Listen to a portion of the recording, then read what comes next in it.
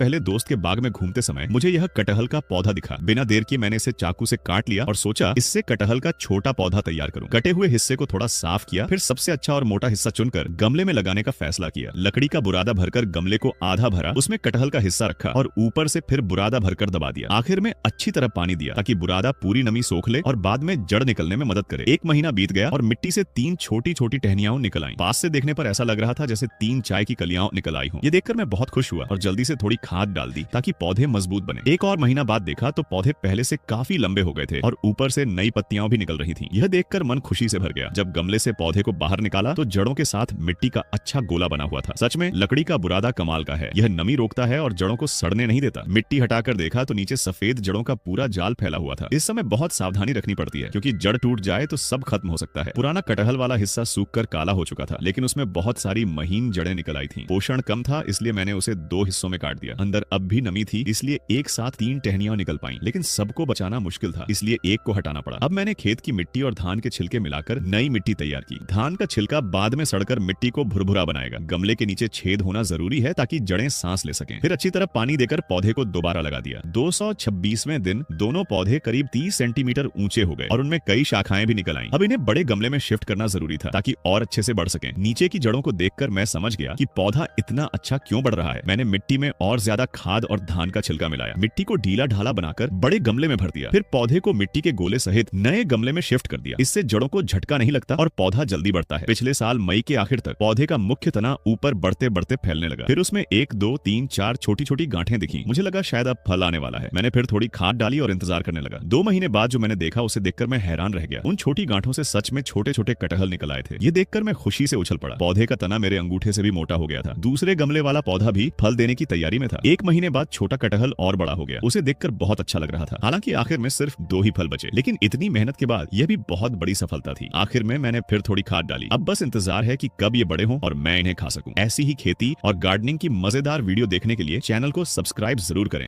2 साल पहले दोस्त के